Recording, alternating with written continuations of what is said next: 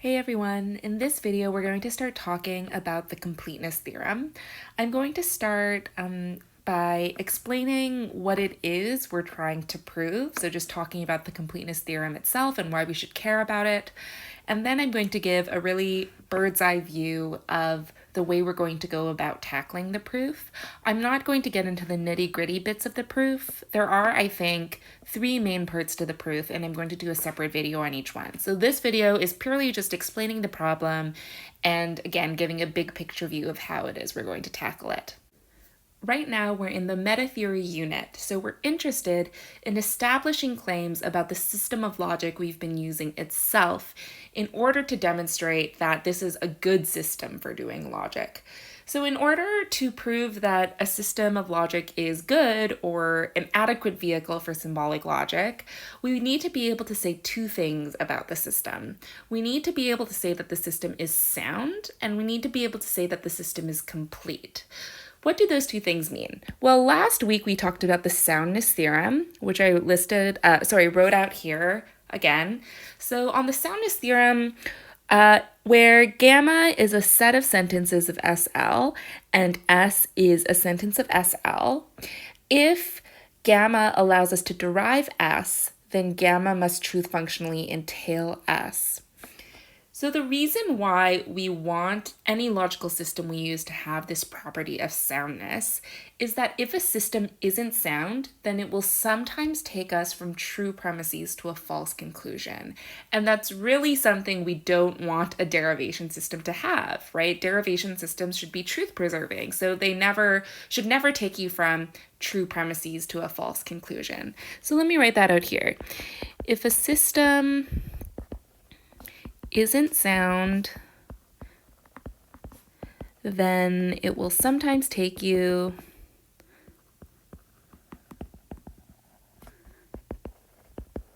from true premises to a false conclusion.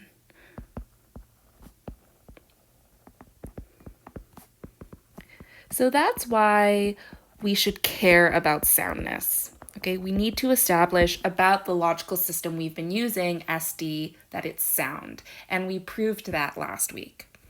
Now we're turning to the converse claim from the soundness theorem, which is the completeness theorem.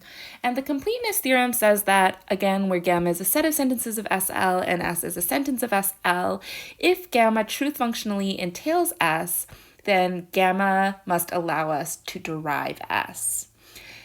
We need to establish that the logical system we're using is complete, because if a system isn't complete, then there will be some derivations that we want to construct but can't.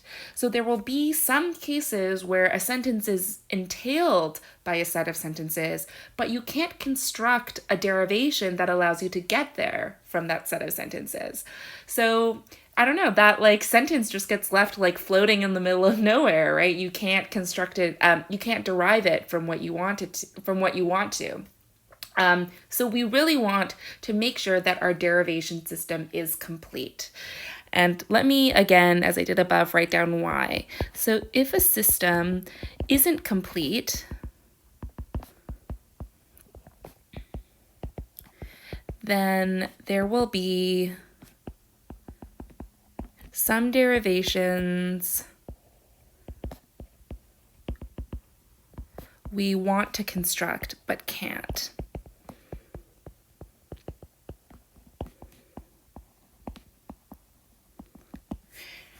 So we need to prove that any derivation system in logic that we're using is complete.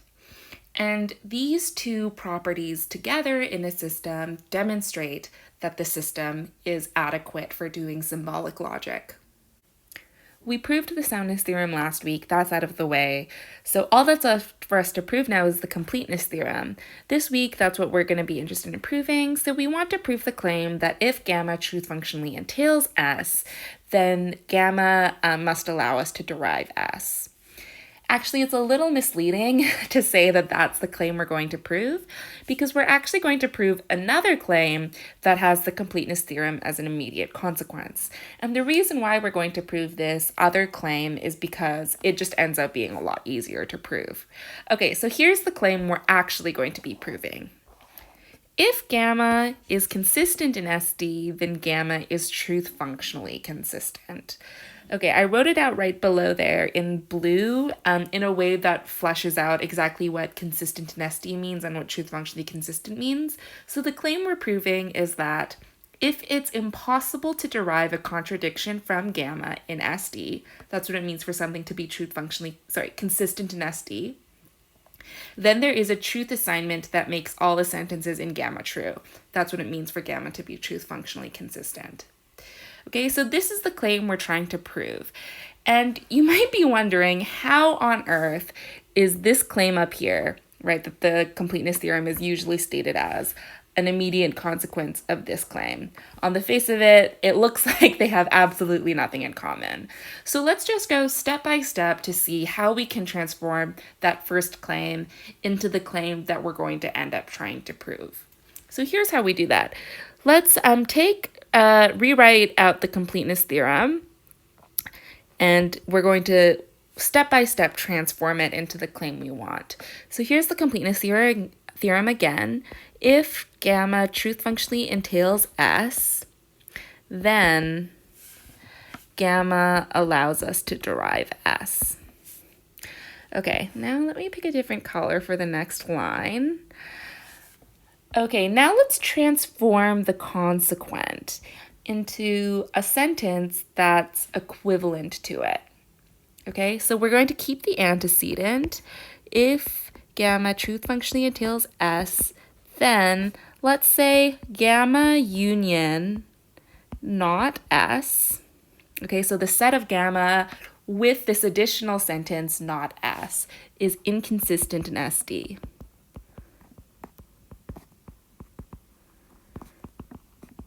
Now, the reason why these two claims are equivalent is because if S follows from gamma in SD, as we have up here, then its negation cannot follow from gamma, right? So if its negation does, then you can derive all sorts of contradictions in SD, right? So that's why gamma union not S must be inconsistent in SD.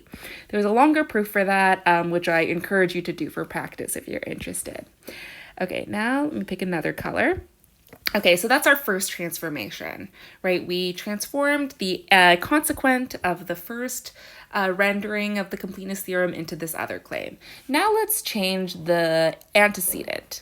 So let's say, instead of saying gamma truth functionally entails S, we'll say if gamma union not S is truth functionally inconsistent,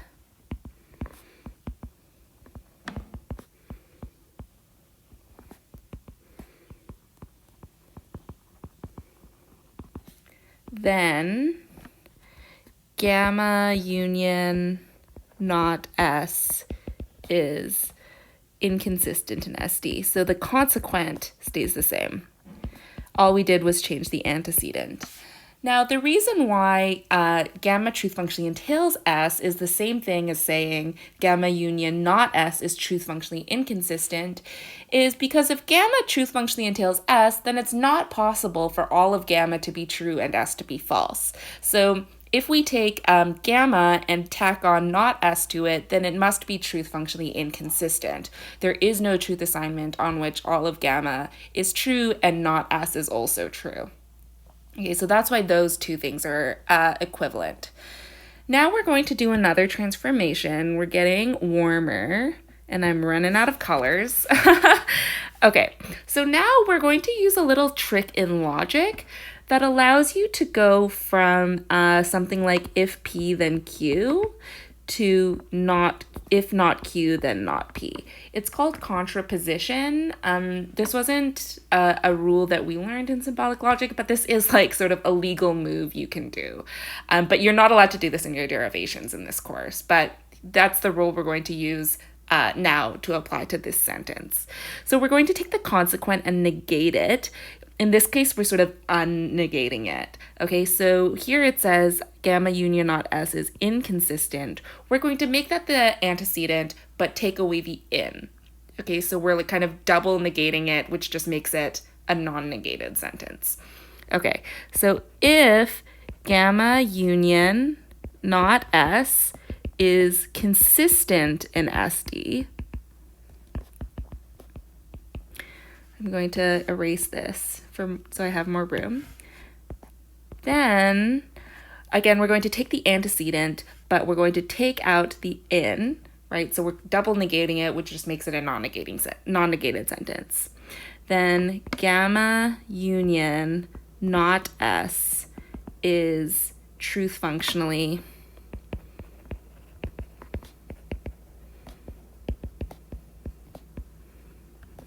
consistent. All right, so now there's only one step left to get from this last thing we did in orange down to what we want, right? And that's just to notice that gamma union not S, right? Because it's gamma union not S in both the antecedent and the consequent, we can kind of just shorten it to gamma, right? Those are sets that are the same. So what we write down in our final version here is that if gamma is consistent in SD, then gamma is truth functionally consistent. Right, so these were just a bunch of steps to show that it's really not all that difficult to get from this rendering of the completeness theorem at the top, if gamma truth functionally tells S, then gamma allows us to derive S, to a final claim at the bottom that's going to turn out to be much easier to prove. If gamma is consistent in SD, then gamma is truth functionally consistent.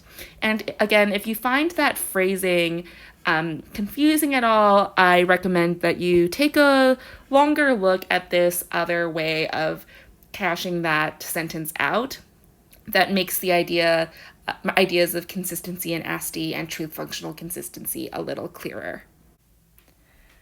So we know now that we want to prove this claim, if gamma is consistent in SD, then gamma is truth functionally consistent. Note that we know very little about gamma other than the fact that it's consistent in SD, right? So you might be wondering, okay, what strategy are we going to use to prove this claim? Well, here's what we're going to do. We're going to show that if a set gamma of sentences of SL is consistent in SD, so that's just, again, the antecedent of what we're proving, then we can construct a truth assignment on which every member of gamma is true, which is just to show that gamma is truth functionally consistent. Okay, so the key here that we added is that we want to construct a truth assignment on which every member of gamma is true, no matter what set of sentences gamma we're dealing with. That's actually like a really cool conclusion when you think about it, right? A really cool thing we're going to do, that no matter what sentences are in gamma, when all we know about it is that it's a consistent set of sentences, we can construct a truth assignment that makes every member of gamma true. Okay, so that's pretty cool, and here is how we're going to go about proving it. The first step we're going to do is we're going to construct a maximal consistent SD set that we're going to call gamma infinity. So step one is to construct a maximal consistent in SD set called gamma infinity. So the reason why we're doing that is we're just going to make this set gamma of SD that's consistent and so freaking big that it basically becomes a truth assignment, okay? It's just like a freaking huge set, and it's consistent, so it fulfills the antecedent, and it's going to be so big that it basically becomes a truth assignment, right? Which allows us to satisfy the consequent. So we just need to figure out a few things, but we're going to be able to translate that set into a truth assignment.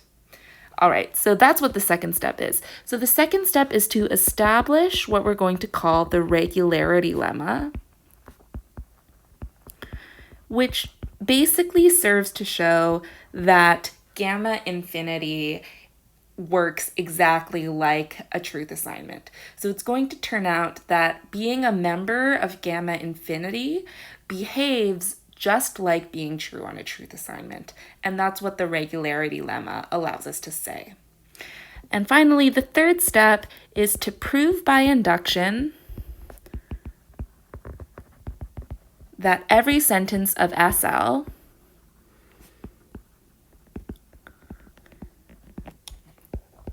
is true on a truth assignment if and only if it's a member of gamma infinity. So that's where we seal the deal and we show that there is, like, being a member of gamma is so close to being true on a truth assignment that, in fact, we are able to prove that it just is being true on a truth assignment, to be just in case a sentence is a member of gamma infinity. Okay, and that's going to allow us to complete the completeness theorem. Woo, it's gonna be really fun. So in the next video, we'll learn how to build this maximal consistent in SD set gamma infinity.